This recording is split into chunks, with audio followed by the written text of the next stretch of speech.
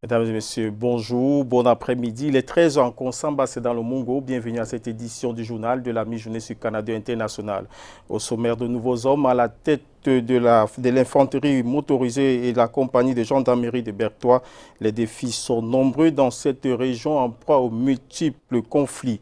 Une lueur d'espoir pour les populations de Niala, Château, Japoma, bientôt le bitume, sur ce tronçon long de plusieurs kilomètres et dont les populations étaient lasses d'attendre.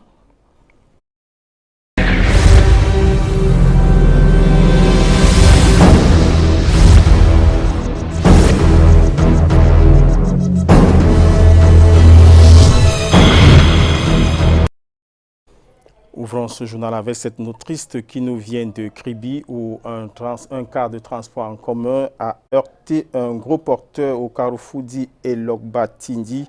Le bus de marque Coaster de l'agence Transcam percute violemment un gros porteur. Comme vous pouvez le constater, les images sont très choquantes. Le car de transport est littéralement broyé. Pour l'instant, les causes de cet accident ne sont pas connues, encore moins le bilan en termes de décès ou de blessés. Nous y reviendrons dans nos prochaines éditions. La route de Niala Château Japoma, bientôt lieu d'espoir. Un ouf de soulagement pour les riverains parce que le bitume sera bientôt posé. Écoutons ce reportage. Des engins en plein mouvement, une route en plein travaux. Nous sommes sur le tronçon Niala Château Japoma. Bientôt, la fin du calvaire pour les populations, lasses d'attendre la venue du bitume. Une reprise des travaux que les riverains espèrent voir parvenir à son terme. Mais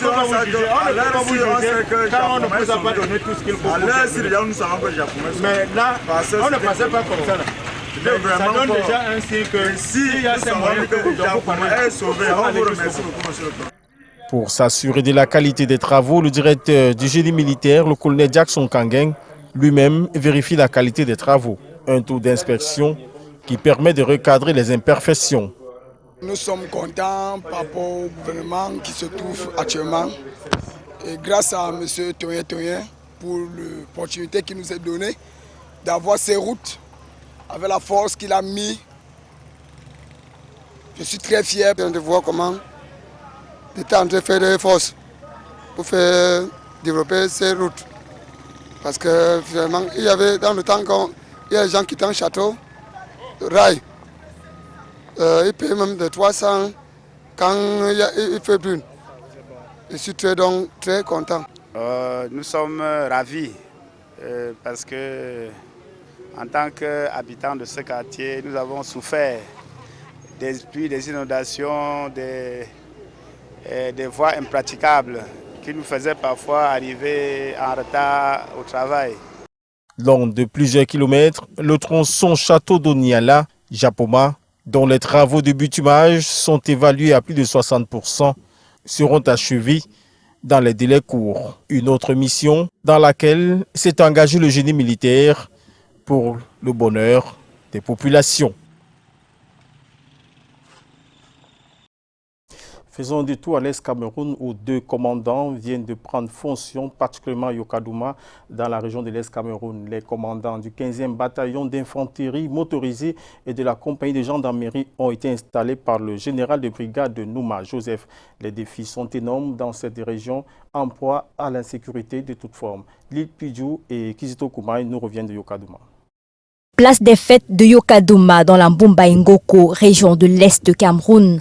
Le général de brigade Joseph Nouma, commandant de la 12e brigade d'infanterie motorisée, installé nouveau responsable, promu par arrêté ministériel du 5 mars dernier. Notamment le chef de bataillon Ewan Messapé, commandant du 15e bataillon d'infanterie motorisée, et le chef d'escadron Thomas Saoudjoum, commandant de compagnie de gendarmerie de Yokadouma. Anciennement, j'étais comme 16e BIM, aujourd'hui je suis comme 15e BIM. Donc je dis merci au chef d'État et je dis merci à l'hiérarchie militaire et nous rendons tous grâce à Dieu. Aujourd'hui, je viens découvrir l'Est et l'Est profond. Je pense qu'avec les recommandations de notre hiérarchie, nous allons mettre tout en œuvre pour les appliquer. La situation sécuritaire dans la région de l'Est, qui partage une longue frontière avec la République centrafricaine et le Congo, reste problématique avec les prises d'otages, l'exploitation illicite des ressources phoniques, entre autres. Les élus du jour doivent tout faire pour protéger l'intégrité territoriale du Cameroun et assurer la sécurisation des personnes et des biens. De veiller à la sécurisation de notre frontière fluviale face au Congo et à la RCA. D'œuvrer à la mise en œuvre cohérente des capacités opérationnelles de vos unités subordonnées. Les membres des différentes familles et autres proches des nouveaux commandants ont exprimé leur joie en quelques minutes avant que ces derniers ne se mettent résolument au travail. La suite de l'information de la mi-journée sur Canada, c'est avec notre bureau de Yaoundé où nous attend là-bas Delphine Fonko. Bon après-midi Delphine Fonko.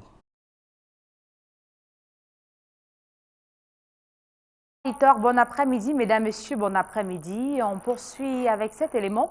Les préparations de la fête nationale du 20 mai se fait dans tous les états-majors au Parlement. Des sénateurs parmi lesquels le doyen Tif Moukwete s'intéresse aux distinctions des ordres décernés à l'occasion de la fête nationale. Quel est le processus qui mène à l'attribution de ces médailles? Il questionne également le fait que l'essentiel ce sont les citoyens qui doivent en faire la demande. Le ministre de l'administration territoriale à qui s'adressaient ces questions était au cœur de la plénière des questions orales du week-end dernier. Je vous propose d'écouter Paul Atangandi dans cet extrait. Je dis globalement, les autorités administratives, les membres du gouvernement, les chefs de département ministériels, ainsi que les directeurs généraux de société, eux, ils font des propositions et ils déposent au niveau des gouverneurs des régions, des préfets et des sous-préfets qui transmettent, n'est-ce pas, à la grande chancellerie pour appréciation. C'est ça le problème. Bon, mais parfois, je prends le cas d'un médecin que je connais qui est dans une localité très reculée pendant près de 19 ans. Ce médecin s'occupait des orphelins, il s'occupait de la communauté, mais il a voulu être un médecin assez discret. Il ne fait pas de publicité. Alors, à chaque fête, il voit le 20 mai, les gens sont décorés. Alors, il a dit un jour, donc tout ce que je fais depuis 20 ans, on ne sait pas. Le préfet a dit, mais vraiment, il faut rapidement faire le dossier, on n'a pas. Bon. Il n'est pas connu parce qu'il a été très discret, mais ça ne veut pas dire qu'il n'a pas travaillé pour le compte de la société. Donc, parfois, dans ces cas-là, se présenter pour dire comme quoi ne m'oubliez pas. Généralement, la règle, c'est ça, que c'est les autorités qui captent et qui reçoivent des dossiers, qui font même le filtre, parce que les autorités connaissent ceux qui sont dans leur environnement. Parfois, il y a des omissions, il y a des oublis, donc quelqu'un peut légitimement arriver pour dire que bon, on m'a oublié. En ce moment, on vous dira de faire un dossier, puis on en tiendra compte. Et puis, il y a un quota par an. Il y a 22 millions de citoyens, peut-être pour 5-6 000 décorations. Vous voyez que c'est assez contraignant. Et en fin de compte, une liste est dressée, le chef de l'État approuve, et ici un décret pour les décorations. Le Corps national des sapeurs-pompiers vient de tenir sa traditionnelle réunion de commandement pour le compte du premier trimestre 2019. Il était question de faire le bilan de la situation opérationnelle de leur corps, notamment dans les cas d'incendie déclarés dans nos marchés. Plus de détails avec Alain Gislain Kanga et Serge Alain Zébou. Les sapeurs-pompiers ont été plusieurs fois à l'épreuve du feu depuis le début de l'année 2019, avec des incendies à répétition dans les marchés de Yaoundé et Douala. Mais l'efficacité de leur travail est toujours remise en cause. Et à tort, selon le commandant du Corps national des sapeurs-pompiers. Nous avons à plusieurs reprises appelé l'attention des autorités administratives et des autorités communales sur la conformité que doivent avoir les marchés, mais ce n'est pas fait. Les marchés sont truffés de connexions pirates, il n'y a pas de voie d'accès pour intervenir, ainsi de suite. Tout le monde est conscient de ça, mais je n'ai pas l'impression que les autorités administratives ou les autorités communales prennent le taureau par les cornes. Et lors d'un incendie de marché, c'est des millions de francs qui s'en vont.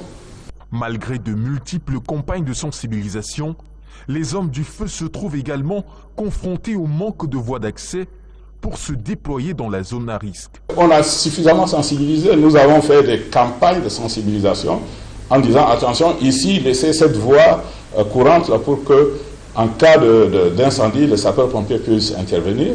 Nous avons demandé aux autorités communales de créer des bouches d'incendie pour que nous puissions, en cas d'intervention, avoir l'eau juste à côté, mais rien n'est fait.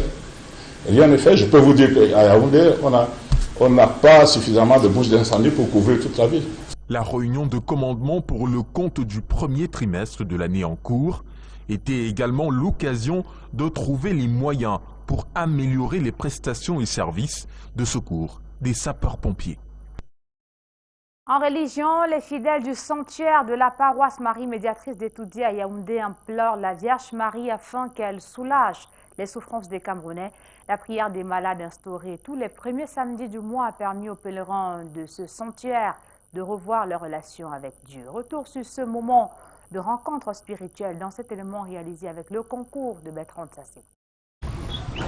Des intentions de prière brûlées, la fumée blanche qui s'élève vers le ciel et l'imploration de ces fidèles chrétiens à la Vierge Marie. Nos croyants anciens, quand ils devaient donner une offrande à Dieu, ils brûlaient cette offrande-là.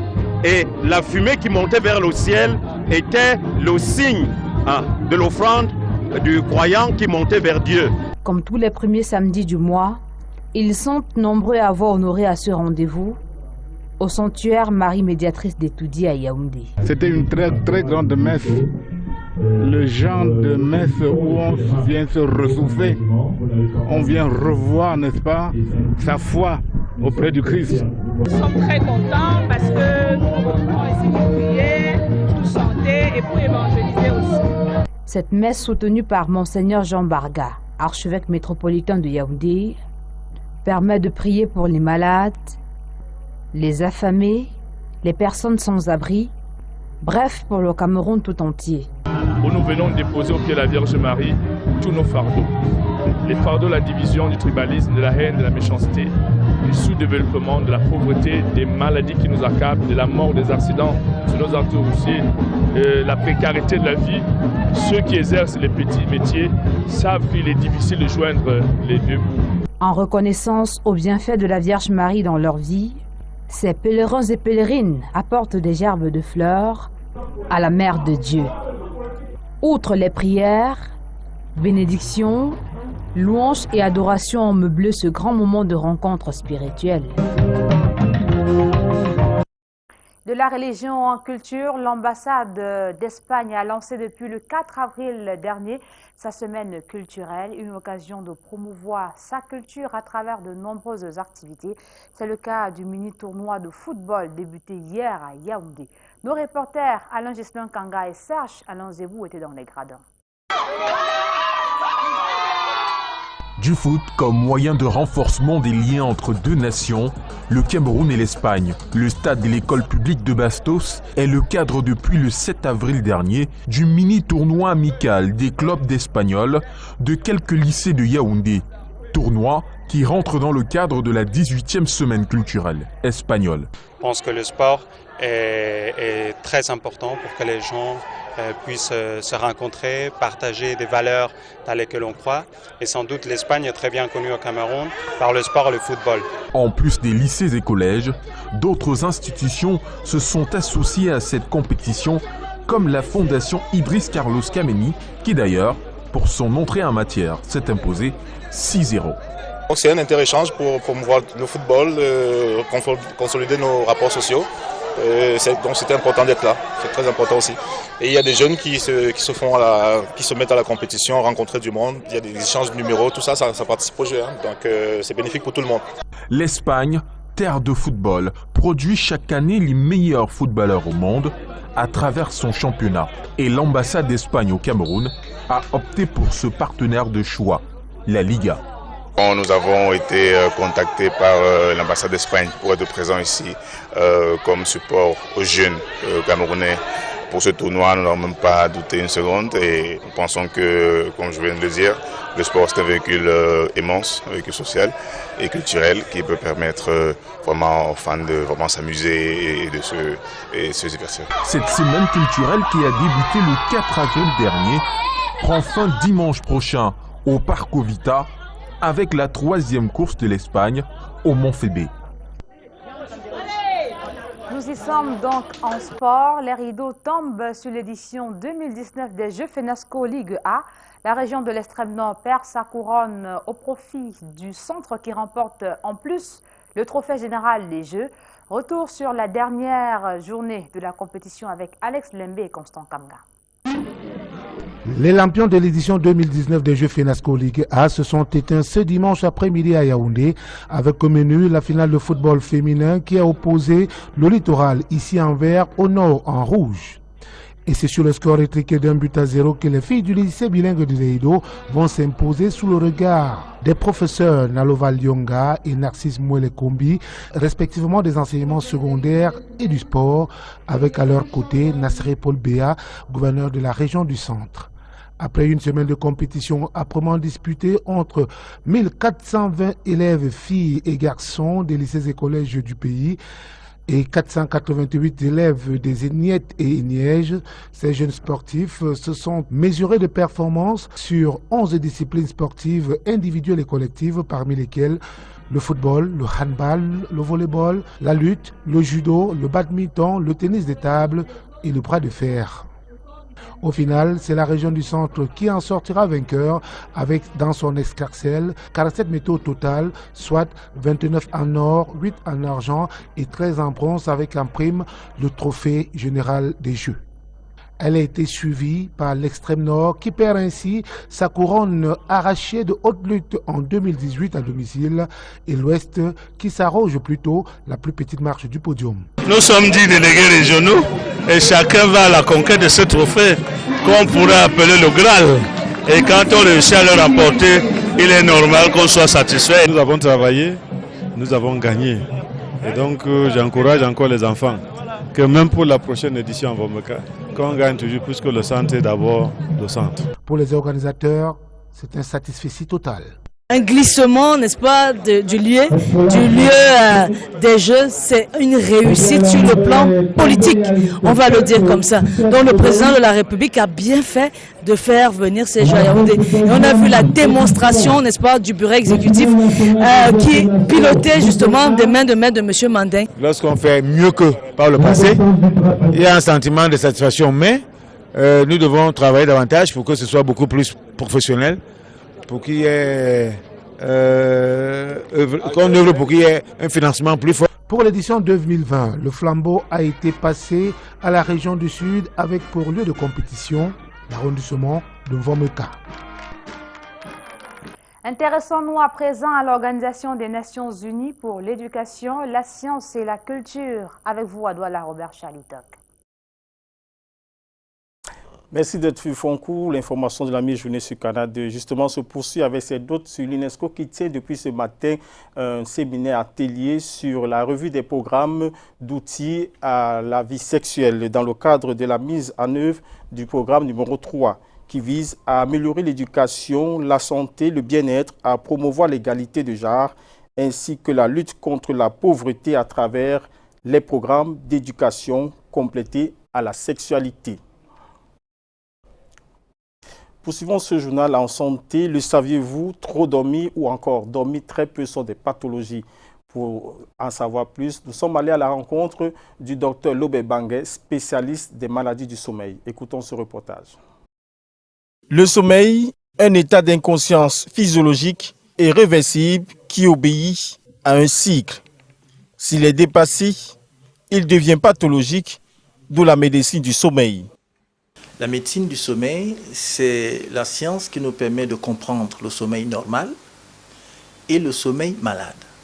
Dans le cycle de vie de l'être humain, il existe plusieurs types de pathologies liées au sommeil et le docteur Lobé Bangué, spécialiste des pathologies du sommeil, nous retrace quelques-unes. Et puis il y a les hypersomnies, c'est ceux qui dorment beaucoup, qui dorment plus de 11 heures de temps par jour. Il y a les apnées de sommeil.